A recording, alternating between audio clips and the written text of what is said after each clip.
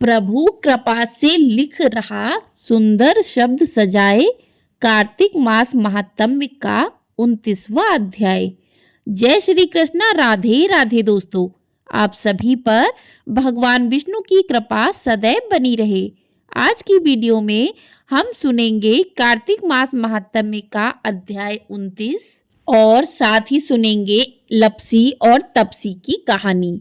तो आइए सबसे पहले सुनते हैं लपसी और तपसी की कहानी। एक लपसी था, एक तपसी था। तपसी हमेशा भगवान की तपस्या में लीन रहता था और लपसी रोजाना 1.25 सेर की लापसी बनाकर भगवान का भोग लगाकर जीम लेता था। एक दिन दोनों लड़ने लगे। तपसी बोला, मैं रोज भगवान की तपस्या करता हूँ, इसलिए मैं बड़ा हूँ। लपसी बोला, मैं रोज भगवान को 1.25 सेर लापसी का भोग लगाता हूँ, इसलिए मैं बड़ा हूँ। नारद जी वहां से गुजर रहे थे तो दोनों को लड़ता हुआ देखकर उनसे पूछा कि तुम क्यों लड़ रहे हो। तपसी ने खुद के बड़ा होने का कारण बताया और लपसी ने अपना कारण बताया। नारद जी बोले, तुम्हारा फैसला मैं कर दूंगा।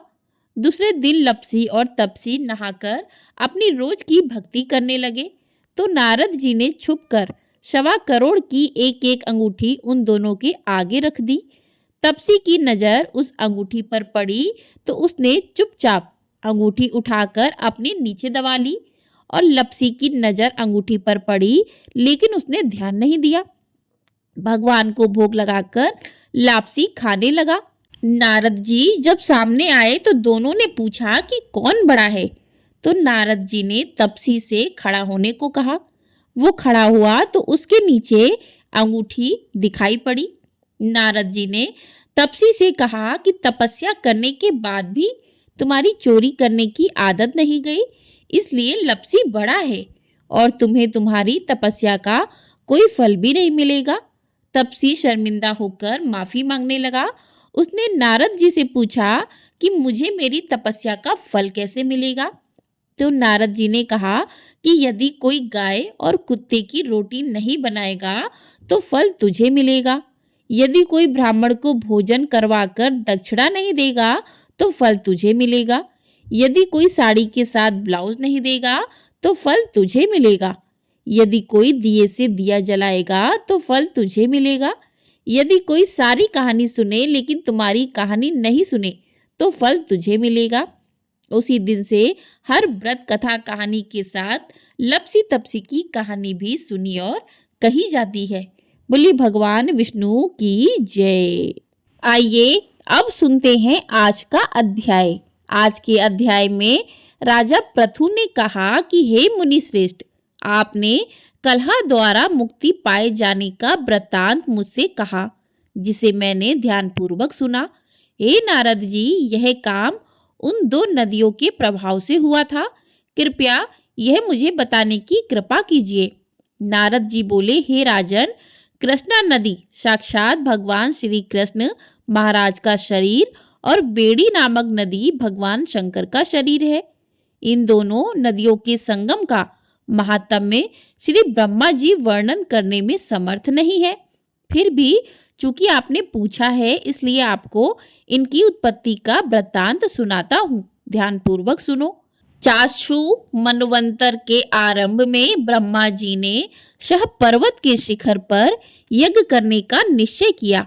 वह भगवान विष्णु, भगवान शंकर तथा समस्त देवताओं सहित यज्ञ की सामग्री लेकर उस पर्वत के शिखर पर गए।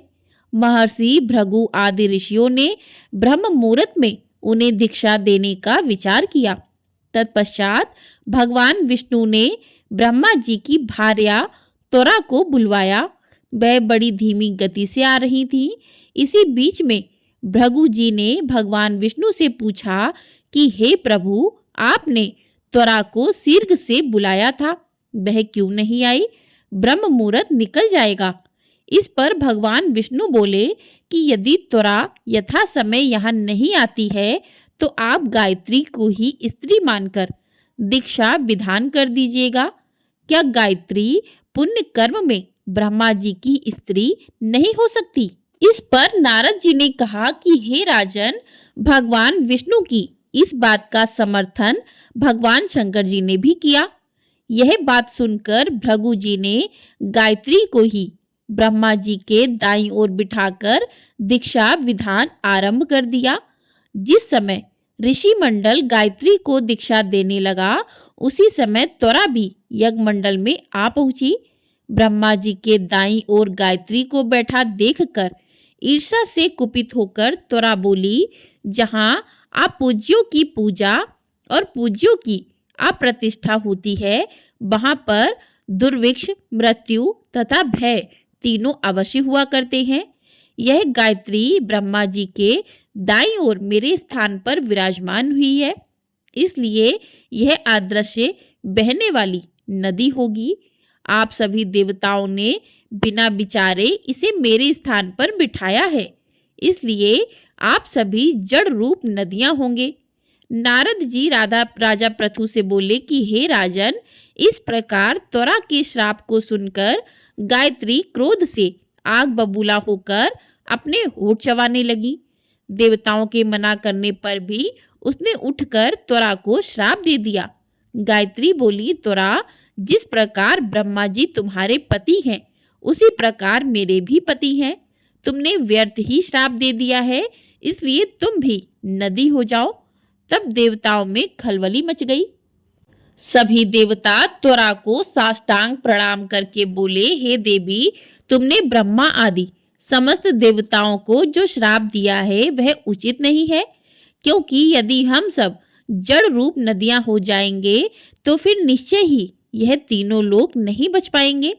चूंकि यह श्राप तुम्हारे बिना विचार किए दिया है, इसलिए यह श्राप तुम वापस ले लो।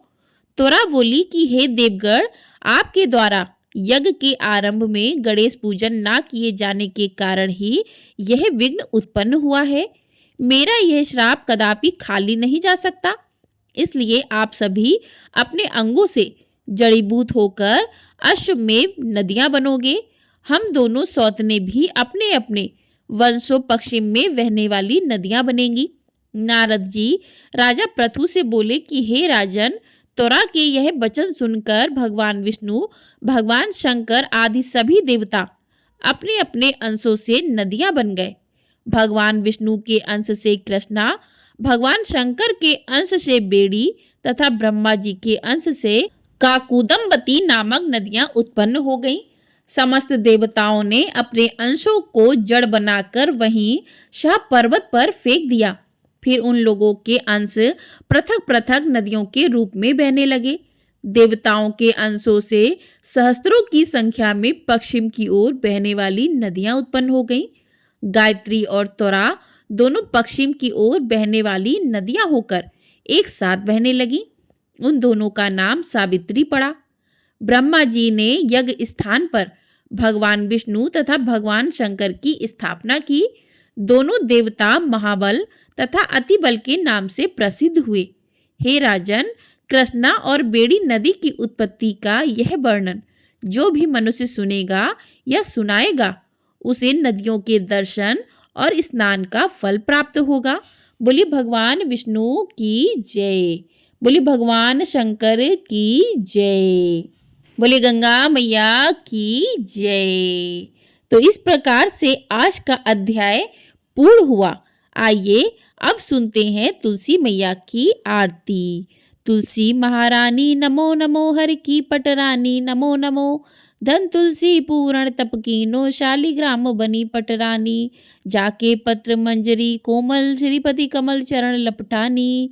तुलसी महारानी नमो नमो, हर की पटरानी नमो नमो। धूप दीप नैवेद्य आरती, पुष्पन की वर्षा वर्षानी, 56 भोग 3600 व्यंजन, बिन तुलसी हरि एक न मानी। तुलसी महारानी नमो नमो, हर की पटरानी नमो नमो। सभी सखी मैया तेरो यश गावे, भक्ति दान दीजे महारानी। नमो नमो तुलसी महारानी, तुलसी महारानी नमो नमो। तुलसी महारानी नमो नमो, हर की पटरानी नमो नमो। बोलिए तुलसी मैया की जय। तो इस प्रकार से आज का अध्याय और तुलसी माता की आरती पूर्ण हुई। आप सभी पर तुलसी मैया की कृपा सदैव ही बनी रहे। आपको ये वीडियो पसंद आई है तो वीडियो को लाइक शेयर, चैनल को सब्सक्राइब अवश्य कर लीजिएगा।